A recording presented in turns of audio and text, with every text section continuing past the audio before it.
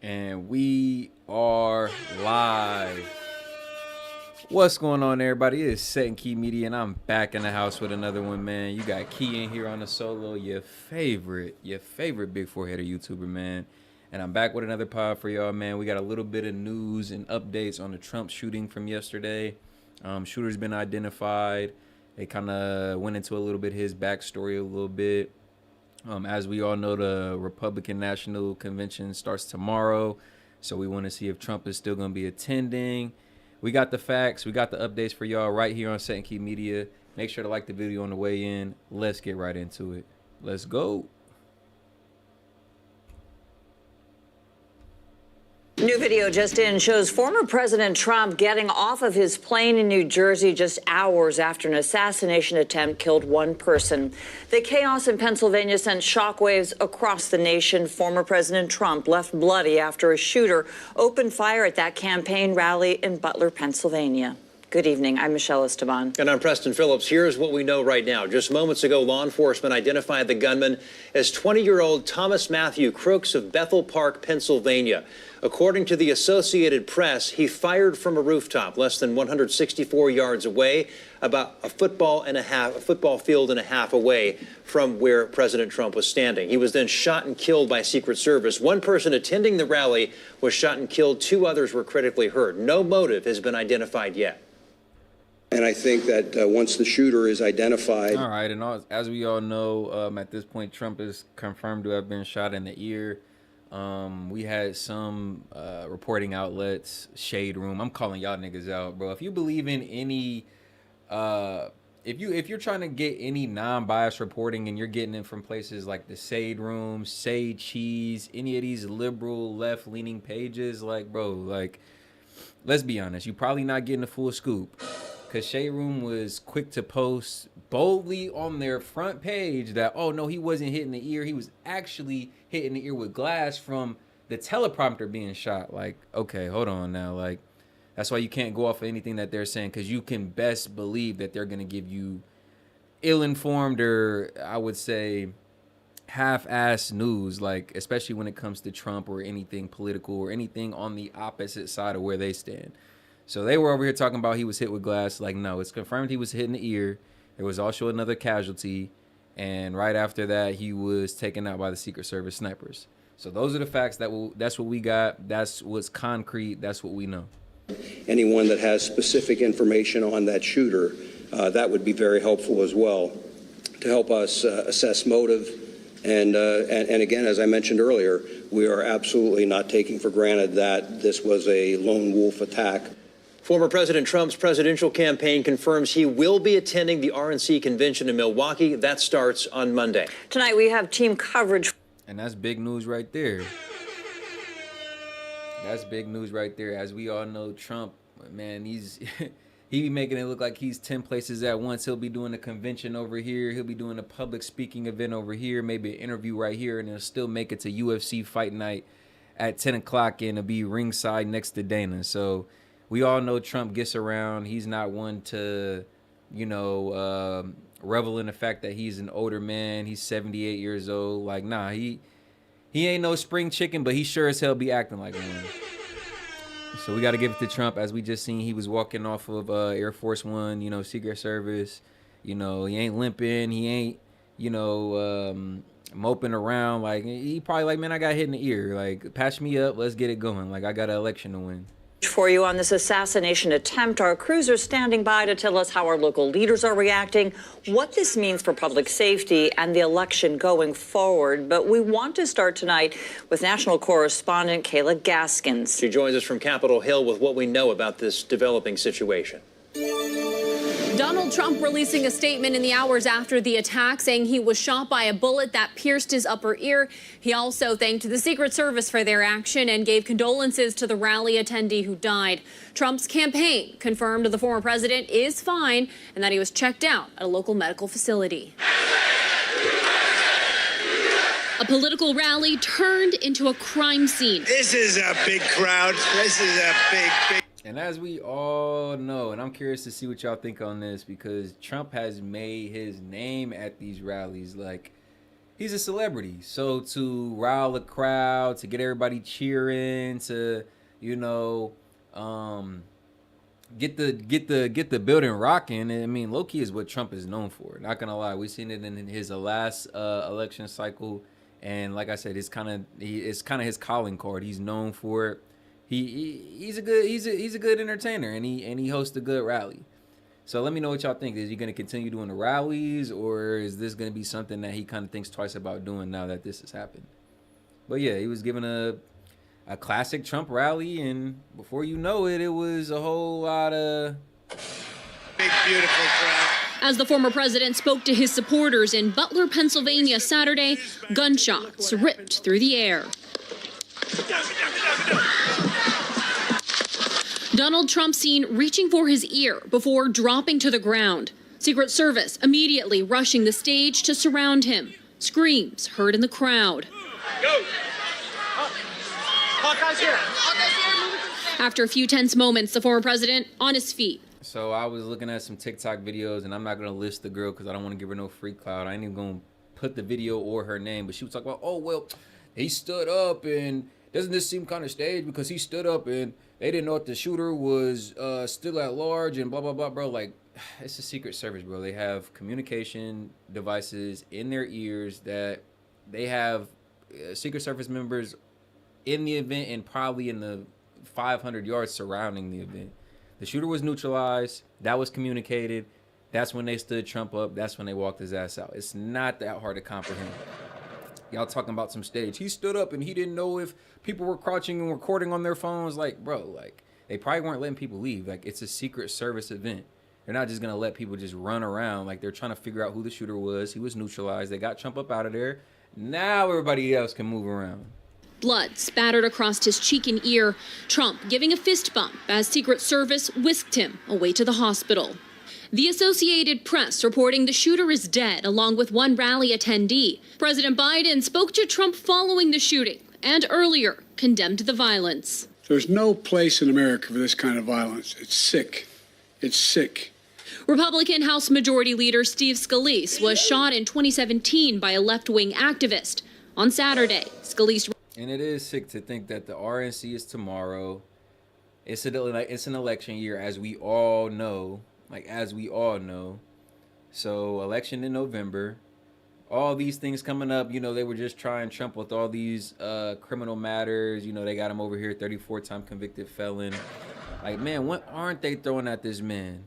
Like, a week ago, we were saying, man, they done threw everything at this man except a death attempt. Now they done threw a death attempt at this man, an assassination attempt.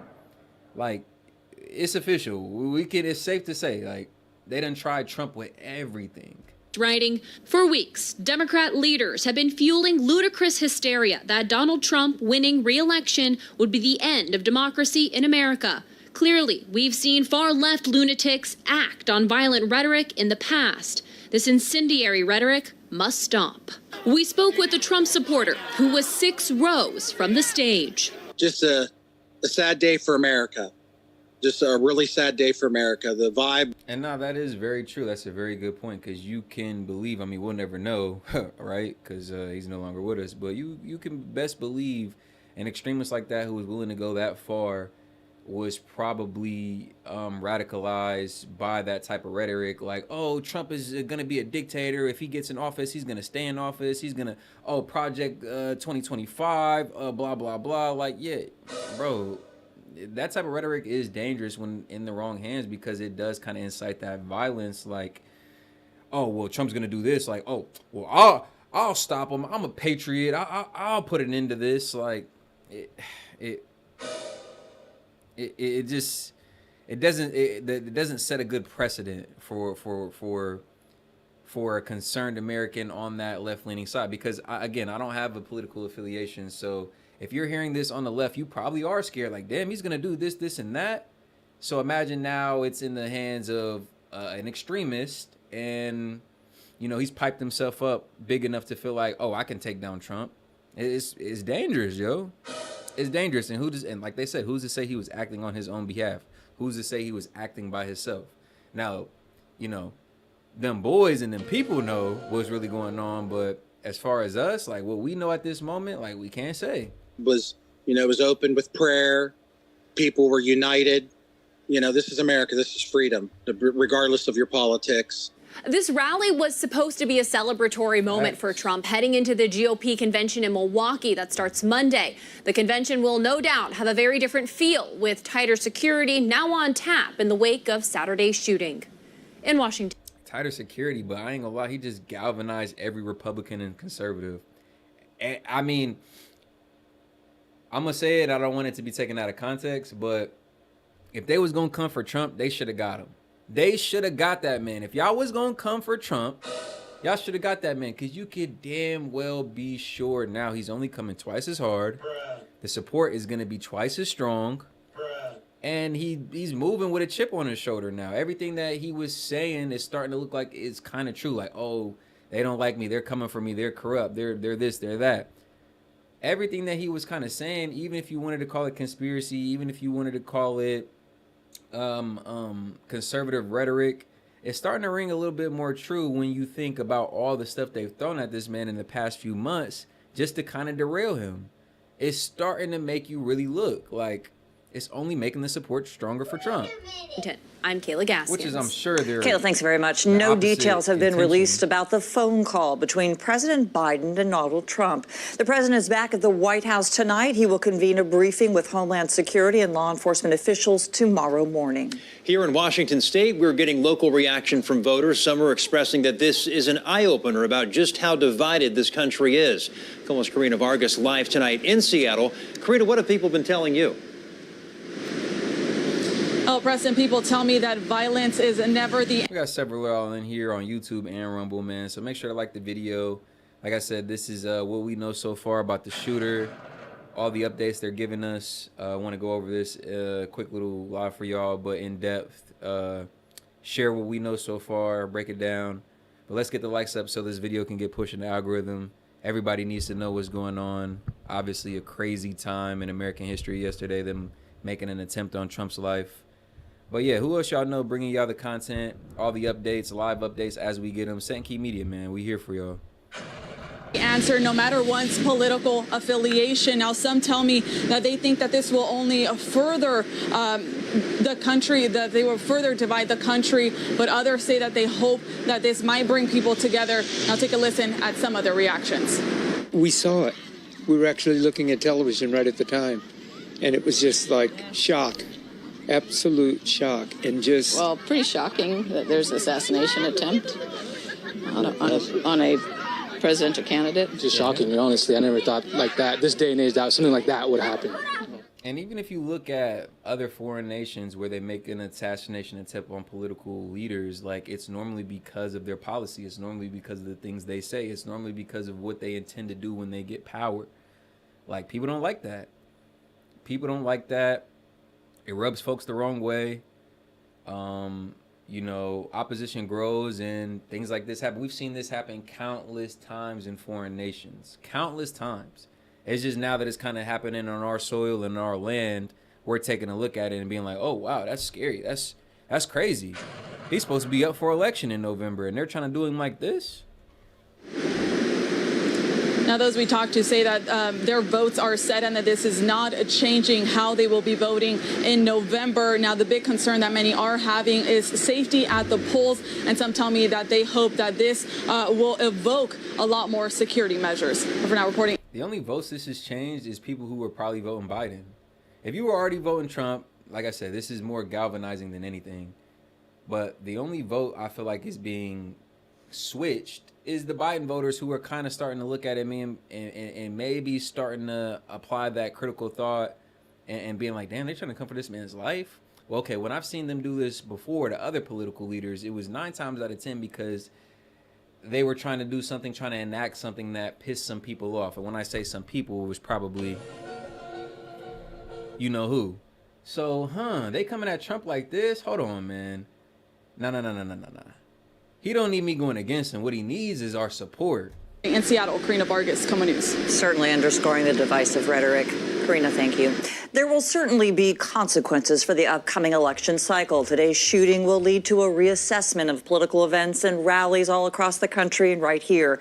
Como's Paul Rivera joins us now live with what we're expecting to see in the next few days.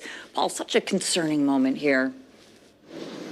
Yeah, and it has certainly been mentioned before, but we'll mention it again. Security certainly going to increase at these high-profile events moving forward. Tonight, we talked with someone who has worked in that field before. We're asking them also, how could something like this have happened? We're also going to hear from our political analyst about the ramifications of this moving forward. Jim Fuda now leads Crime Stoppers, but he worked for years. And these intelligence agencies, Secret Service, FBI, CIA, whatever, all the A through Zs, yes, they are very thorough. Yes, they do a great job at surveillance and all those type of things. But mistakes happen. Hoes are everywhere. There's bound to be a time and opportunity for an evil doer, so to speak, to slip through the cracks and make something happen. Like, as thorough as they are, there is still room for error. So this was that chance. I'm not saying that. For you conspiracy theorists out there, I'm not saying that it was intentional or it wasn't intentional. I'm just saying, like, shit like this happens. Shit like this happens. They can't catch everything. Years with the King County Sheriff's Office, and at the time he was in special operations and a liaison for Secret Service. So what happened with the security protocols before the assassination attempt on former President Trump? Was there a way to prevent this? There are they call them counter snipers up, looking at the crowd, looking at the surrounding areas. And from what I heard on the news is that the shooter had not been up on the roof for very long, just minutes. Should he have been spotted? I don't know. I'm not. It's tough to say. It's tough to say. You would literally have to go and ask the counter snipers. Like, bro, what was going on? What was y'all looking at? We can all sit here and speculate, and we could all sit here and, look back in hindsight and say, oh, they should have seen him. He was on the rooftop. How did they not see him? Like, that's easy for us to say. We would literally have to go and ask the snipers, who are, I'm sure, doing their job in surveilling the whole area, and be like, yo, like, what happened? What was the breakdown? What were you guys looking at? What direction were you guys facing in? The response was quick, so it's not like they didn't catch him. It's not like thank God the response was quick, because he could have did a lot more damage. So honestly, we should be tipping our hats to them a little bit, but they would be the only ones to be able to tell us, like, okay, we were looking over here and he kind of took that opportunity to get up on the roof, and that was his 5-minute window. But aside from that, like, it's all speculation. Not going to Monday night quarterback that, because I wasn't there and the investigation is nowhere near as complete. What happens now? I would think some of it's going to get a little tighter. They'll spread out a little further. There'll be other agencies, local, depending on where they go, that they'll require more assets. But it is clear a full reassessment of protocols will be happening, and work will happen here locally. Do you think the conversations within the law enforcement community have already started? Oh, absolutely. What would they be talking about? What happens if this happens here? Same thing would happen in 9/11 and agencies from all over the United States. All right, so I want to take this moment to shout out our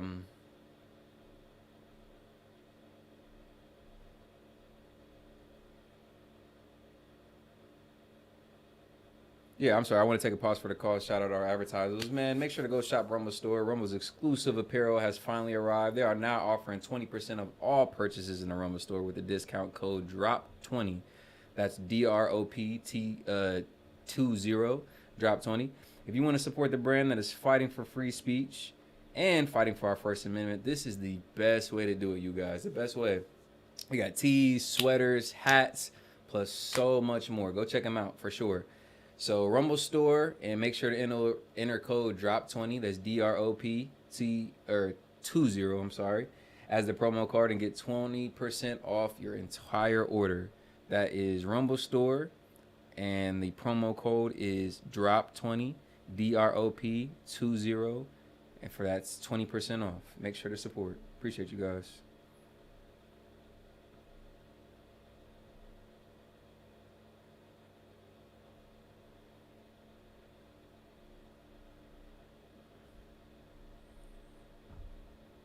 Again, so that's Rumble's exclusive apparel has finally arrived.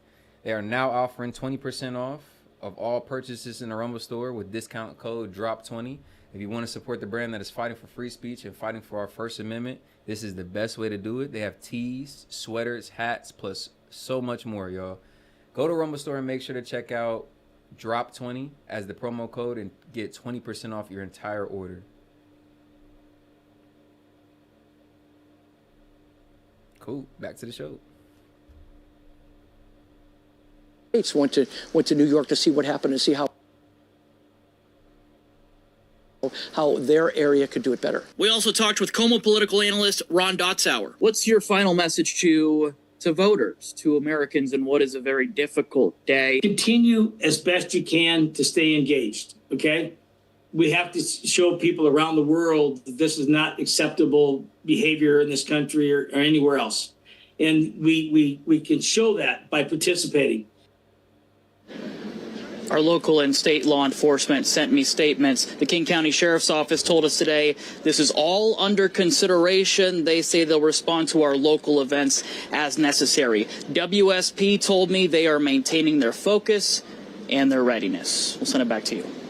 Paul, thanks very much. New tonight, both Washington State Party chairs condemning the violence. 2 gubernatorial candidates are also reflecting on their safety at campaign events. Como senior reporter Chris Daniels joins us in studio with what they're saying tonight. Chris? Well, they all agreed, the people that I talked to, that we need to dial down the rhetoric. Yeah, and again, regardless of what side you stand on, I think that is safe to say, like, dangerous rhetoric, like saying he's not gonna leave, he's gonna be a dictator, he's going to do this, that, and the third. When it gets into the wrong hands and it's taken completely out of context, completely to the extreme, yeah, dangerous things like this are bound to happen for either political candidate.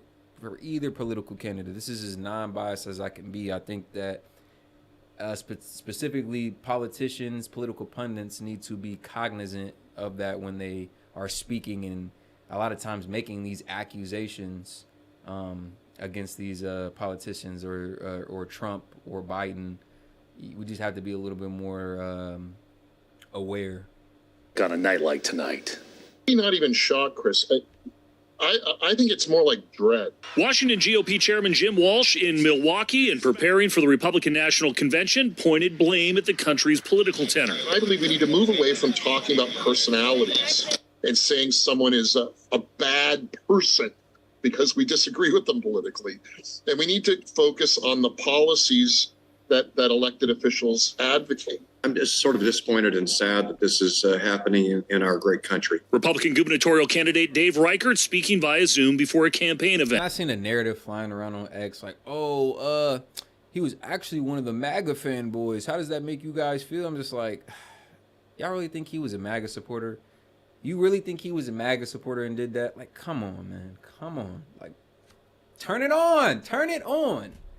My head is always on a swivel. My staff is always watching. He raised questions about the security at the Trump rally and said he had a close call during his time in Congress. I think that what we need to do is get back to respecting each other's opinion, being able to understand that we have the right to express those opinions and respect. And we all have the right to respectfully disagree. Each other. I don't choose to talk much about sort of threats that I receive or my family receives. That's just sort of a personal choice. But my kids are very aware, of the situation. And that's a very unfortunate side of politics. Democrat Bob Ferguson is also running for governor. I know that on the campaign trail, you've talked about protecting Washington State from a potential Trump presidency.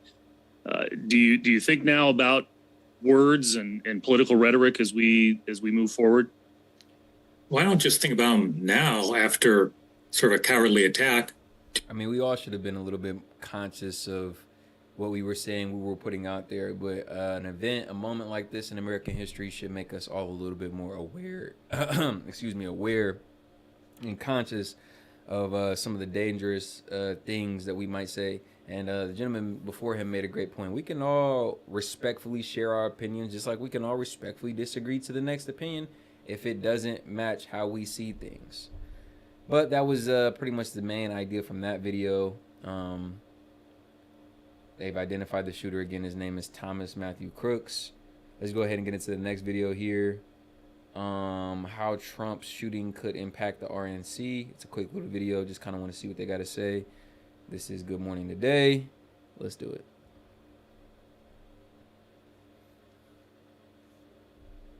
We are back Sunday morning, just one day away from the start of the Republican National Convention, where former President Trump will officially become the party's nominee. NBC's Vaughn Hilliard is in Milwaukee, where the RNC will take place. Also joining us, NBC's Dasha Burns, both of them. Continue to get the likes up. Y'all, appreciate y'all tuning in. Again, we are covering the Trump assassination attempt from yesterday. We got the shooter identified. We got a little bit more details and updates for y'all. Just kind of wanted to give y'all a quick breakdown on it. Again, let's get the likes up so this video can get pushed in the algorithm. Everybody needs to know what's going on. I don't care if you blue, I don't care if you red, I don't care if you left, I don't care if you right. What you should be is informed. So let's get the likes up. SET&KEY Media, let's go. I've been covering the former president this campaign season. And Vaughn, this is the third Trump convention you've covered. Obviously, everything has changed just in the last 14 hours or so. Right, guys, this is not the normal or around a convention. Typically, it's a celebratory event. And I can tell you that the thousands of delegates who will be going inside of this arena to formally make Donald Trump the nominee of the Republican Party in 2024 this week, they're already here in Milwaukee. And I can tell you that there was a reception last night that was canceled for all of those delegates. It was being hosted by Reince Priebus, who is the former RNC chair.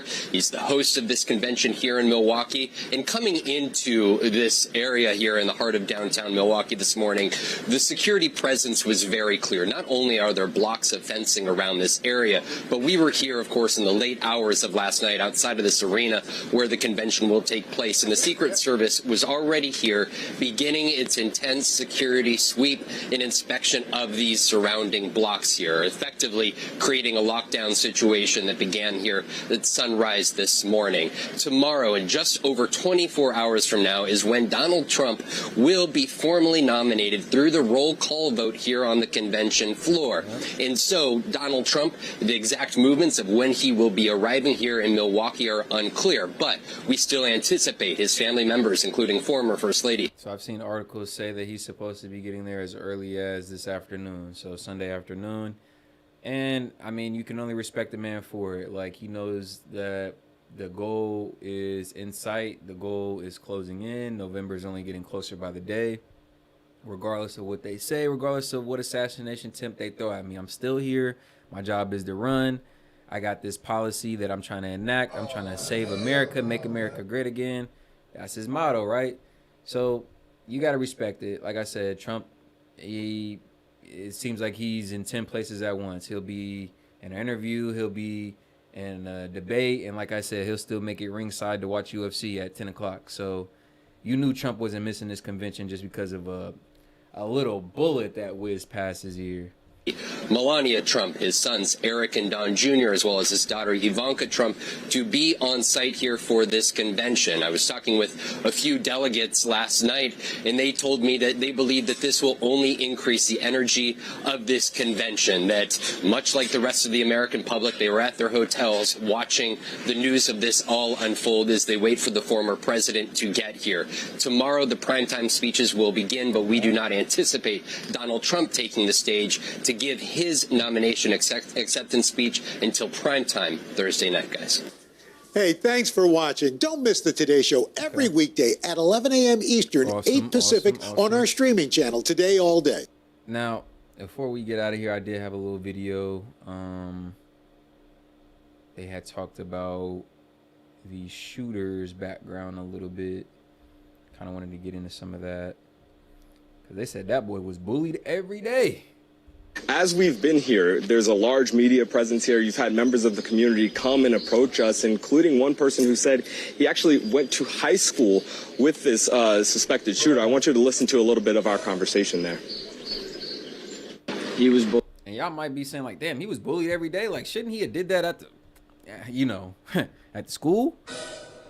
But okay, maybe he made it through high school, but you can imagine the lasting psychological damage that the daily bullying might have did to the man. And he's probably in a hyper emotional state to the point where somebody tells him there's a orange-headed man that's running for office, and he say he ain't finna get out if he's voted in. Like, who knows, right? I'm being a little bit silly, but you can imagine the psyche behind some of these extremists that take it to this level, you know, and do these type of terroristic acts. Bullied almost every day. In what way? Can you explain? I mean, he would sit alone at lunch. I mean, he was just an outcast, and you know how kids are nowadays, so they're going to see someone like that, and they're going to target him because they think it's funny or whatever. So it's the best way I can describe it. And it's honestly kind of sad. Like, I don't want to say this is what provoked it, but you never know. Yeah. You said he was a loner? Yeah. I want to say he was... I'd say that plays a key role. Like, again, it all goes into the psyche of someone who's willing to do something this extreme, who's willing to take something this far. Like, you do have to kind of go into the background. You do kind of have to study that person's cognitive state, their psyche. It all plays a role, because you don't see an average or a normal person doing this. Like, this is only a small percentage of individuals in history, in world history, who have gone out and done a terroristic act like this. He was a loner more because he was quiet, but like he was just bullied. Like he was bullied so much. Dang. So much. Dang.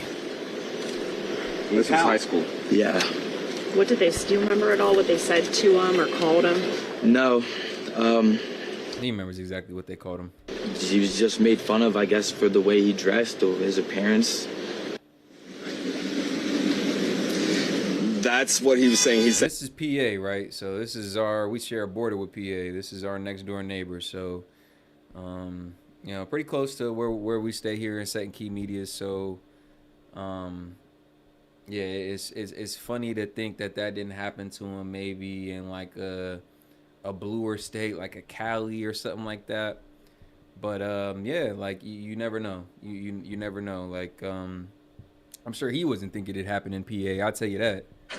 That he was actually in the class before behind the suspected shooter here, and we have some movement here where you hear an ambulance or a car horn. Excuse that background noise. But one thing that we also heard from that conversation is that when we asked what he was bullied for, what this shooter was bullied for, he pointed to his clothing. Apparently, according to this person who says he was a classmate, the shooter would wear military style clothes or hunting clothes regularly as he was at school. So we're still learning a lot more. We can tell you investigators continue to go in and out of the scene here. We know multiple agencies are here, not just local police, but the county bomb squad. Now I'll say it, and I don't care, and it might be borderline disrespectful, but an innocent person lost their lives, and he did shoot at the goddamn former president. Like, don't this look like a nigga who just get bullied? Grill his goofy ass, light his ass up, take flight on his ass. I'm talking about cook him all the way through. Well done, that nigga. Like, he just, come on, bro. He got a bullyable face. Come on now. Squad, as I mentioned last night, I saw the ATF here. It's a calm scene. It's not completely evacuated. Many residents are still in their homes behind here, but you can tell this is definitely a focal point of this investigation as we learn more about this suspected shooter who, again, from what we know and from public records, does not have a criminal history, not a large social media presence. So there's a lot more information that folks are looking to learn, Tom. Thanks for watching. Stay updated about breaking news and top stories on the... All right, and that's what we have for you guys so far. Again, just to recap, if you're just now getting in here at the end of the video, my guy's name was Matthew Thomas Crooks, or Thomas Matthew Crooks, from PA native. They said he was a 20-year-old, I believe. Had gained entry to the Trump rally yesterday. Got rooftop access. Had a window, and that's when everything happened. You know, a day later, what we know about him is he was bullied every day, apparently, with somebody that wore military-style clothing, camouflage-style clothing, so was an outcast, probably because of that and other social, probably social issues he had. Just you know, the type of people who don't necessarily fit in, or the type of people who are prone to being bullied. But just again, wanted to give you guys a quick update on the information we have thus far. As this week rolls out, I'm sure we'll hear and know more. Stay tuned again because it is the RNC this week. Trump is set to speak. But hopefully you guys enjoyed that video. Hopefully you guys found it informative. If so, make sure to leave a like and a subscription. We definitely appreciate it. It goes a long way here at SET&KEY Media. Hope you guys are enjoying your Sunday. I'm going to go ahead and head out. We'll be back with more content later, of course. It's SET&KEY Media, man. Key, your favorite big four-headed YouTuber.